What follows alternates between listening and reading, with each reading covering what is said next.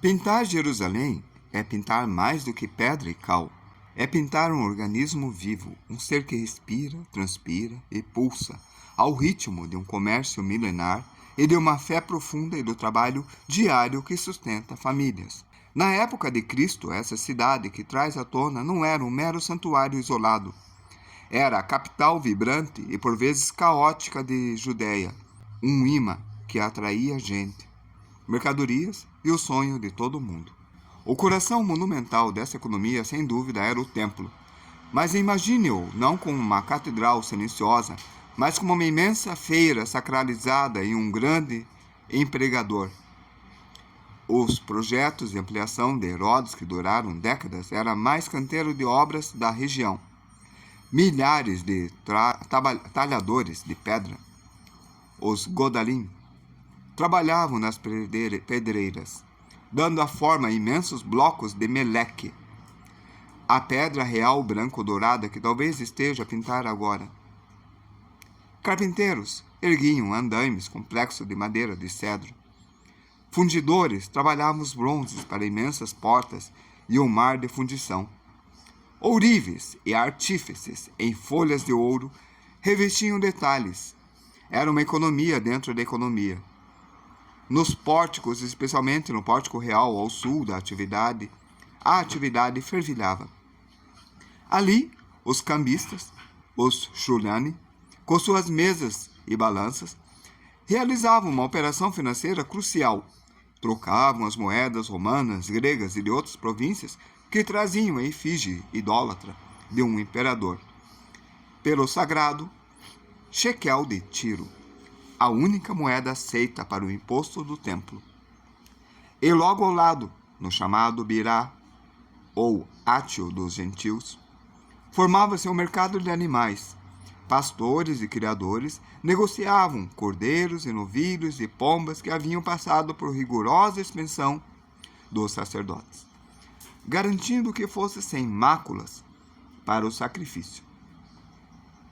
O ar era denso, com um cheiro de estrume, feno, incenso e o som constante dos animais. Mas a vida econômica extravasava do templo e corria pelas ruelas íngremes e escadarias que serpenteavam sua cidade. A cidade era um mosaico de bairros especializados, ou bairro dos oleiros, próximo às fontes de água ou ao vale onde o barro era abundante.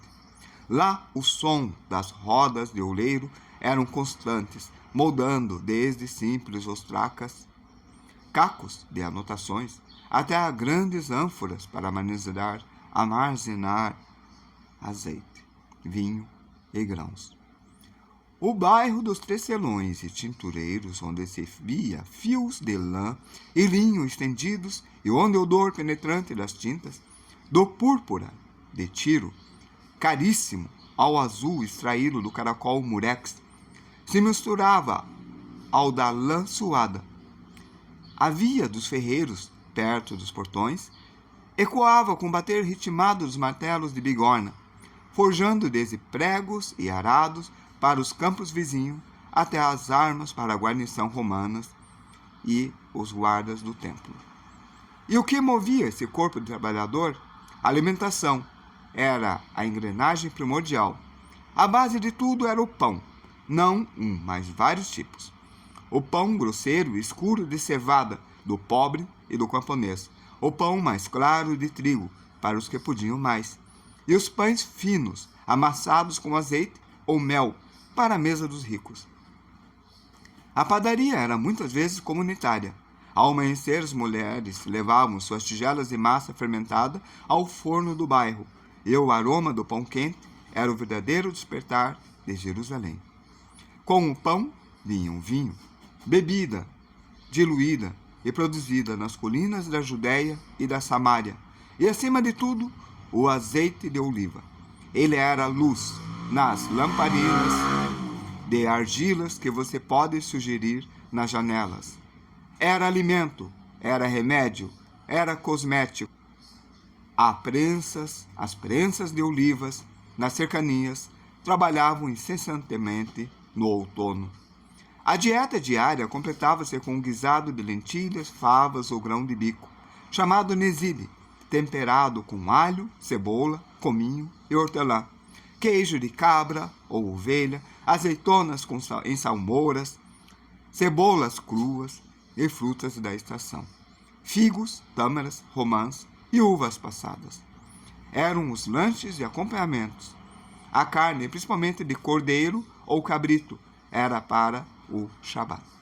As festas ou ocasiões especiais, como a visita de um parente distante, o peixe salgado ou seco, o famoso tarichos, vinha da Galileia e do Mediterrâneo e era um alimento proteico mais acessível para quem estava longe das costas.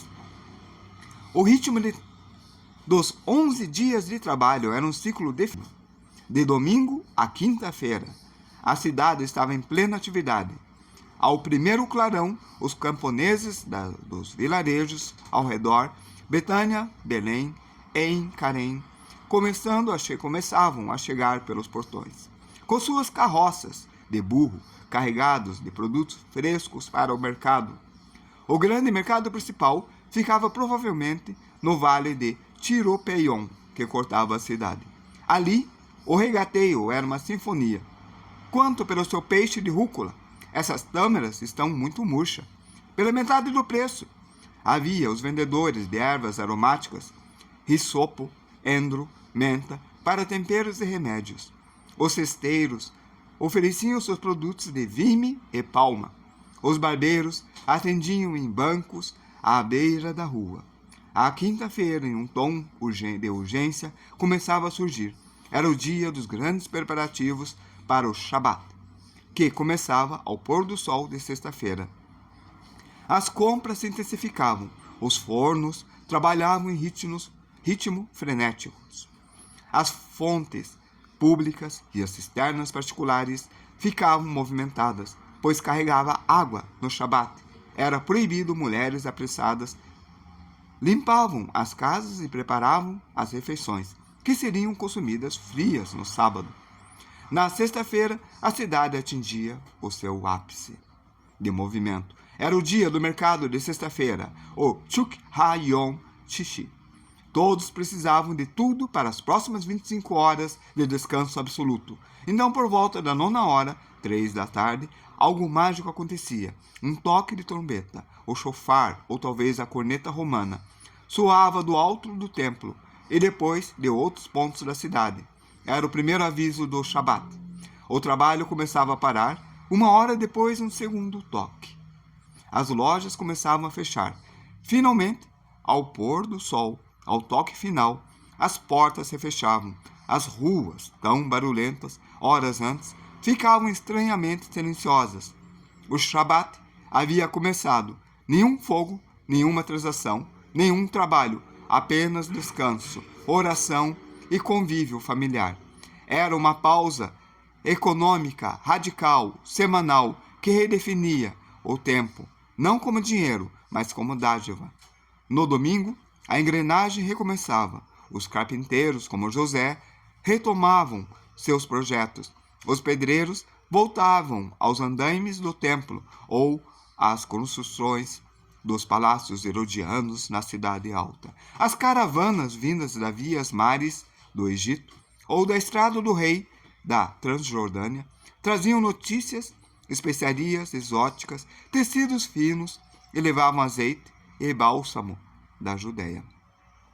Esta era Jerusalém real, uma cidade onde o cheiro de incenso do santo lugar disputava com o odor de curtume, no vale, onde o canto dos levitas no templo se sobrepunham ao grito dos vendedores nos mercados, onde a busca pelo pão de cada dia e a busca pelo rosto de Deus eram as duas faces da mesma moeda, circulando pelas mesmas ruas de pedra que você agora dá vida com a minha arte.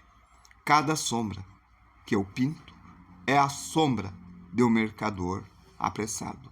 Cada janela que eu faço abre e ilumina o rosto de uma mãe amassando o pão. Cada pedra desse muro testemunhou o suor do pedreiro que eu coloquei aqui. Eu não pinto apenas uma cidade antiga. Eu pinto o palco humano onde o divino decidiu caminhar.